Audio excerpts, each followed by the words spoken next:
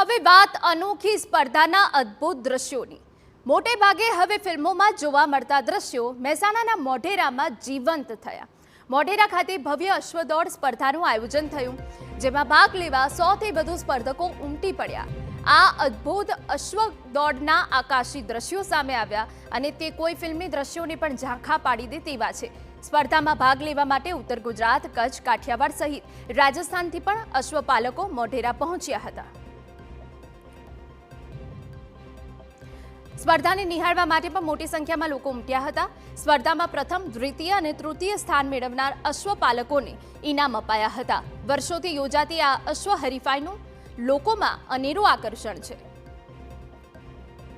આ અશ્વદોડમાં ટોટલી ગુજરાતના જાનવર આવેલા છે, રાજસ્થાનના બી છે, પંચમહાલ જિલ્લામાંથી પણ જાનવર આવેલા છે ને અહીંયા બહુ સારો એવો અશ્વ શો થાય છે। ખાસ કરીને વિશેષતા શું છે અશ્વદોડની?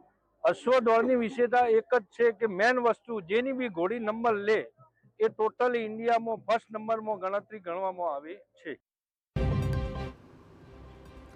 પહેલાના સમય કરતાં આજે અશ્વ પાલન ખૂબ જ ખર્ચાળ અને મુશ્કેલ છે।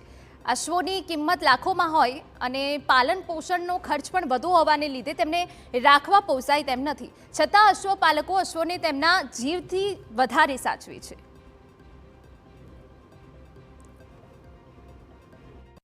પહેલા અશ્વો કહેવાતા, અત્યારે અશ્વ છે એ ઘરના રેસિડન્ટ બરાબર છે।